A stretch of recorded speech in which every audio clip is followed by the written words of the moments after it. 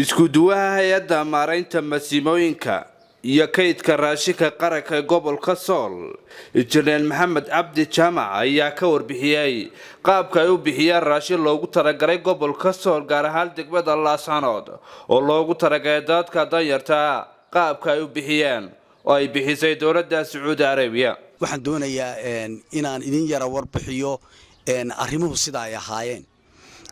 gudoomiyaha hay'adda Netfor Faysal Ali Sheekh markuu ii soo gudbiyay listadii ama shaxdii magaalooyinka raashinka la geynayay iyo tiradoodii subaxnimadii oo sabti ahayd waxaan u tagay gudoomiyaha gobolka iyo isduwayaal fara badan oo maalinta shir ku lahaa meesha waxa soo bandhigay shaxdii iyo magaalooyinka la geynayay halka waxa gudoomiyaha gobolku ka magacaabay gudoomiye ku xigeenka gobolku inuu noqdo chairmanka raashinka Netforna xooghayn u noqoto maadaama ay xoogagaal u tahay arrimaha muxuu ahaa abaaraha iyo muxuu ahaa humanitarianka inay xooghayn u noqoto kadib waxaanu sameynay shaxdii kamida gobolka Sool hadii ay tahay banaankeeda hadii ay tahay degmada Laascaanood mid walba waxaanu u bixinay sidii ay ahayd shaxdu waxaana laga sidaayay dhammaan miidiyayaasha waxaana joogay gudoomiyayaasha degmada iyo odayaasha magaalooyinka iyo tuulooyinka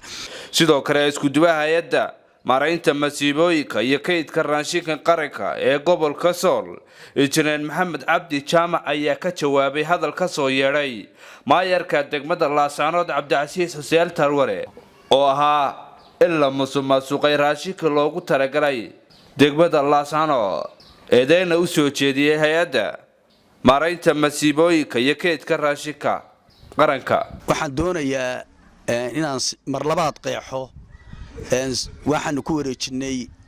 xabsiga dhexe waxaanu ku wareejinay cusbitaalka waxaanu 23kii muxuu ahaa bishan oo khamiisa aanu 160 qoys oo ka kooban danyar iyo muxuu ahaa agoomo aanu ku qaybinay dugsigii dhexe ee hore ee boardingka ahaa intaas oo meelood baanu ku qaybinay saxaafadana waa laga duubay waxa kamid ahaa cusbitaalka dhexe oo aan ku wareejinay oo maayarku labadaba nala wareejiyay oo uu nala socday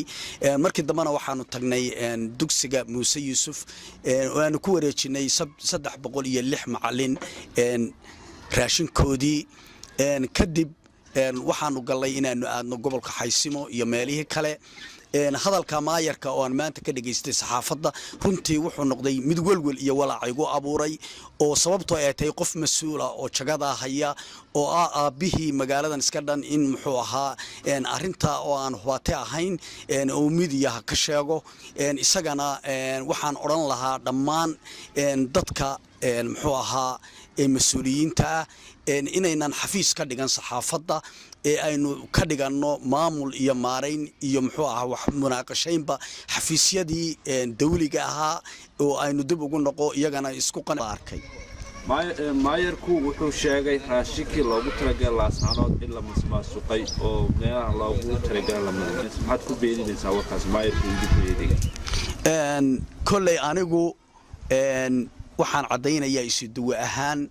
qorshihii iyo shaxdii igu qorayd buugga ee la soo gudbiyay inaan meel walba intay ahayd guddoonsiyay goobjoogna aan ahaa wixii kale ee dhaaraada cidii keentay ayaa ka jawaabisteeda iyo mas'uuliyadeeda leh. waa Khadar Tarabi wararka Somali News Laasanood.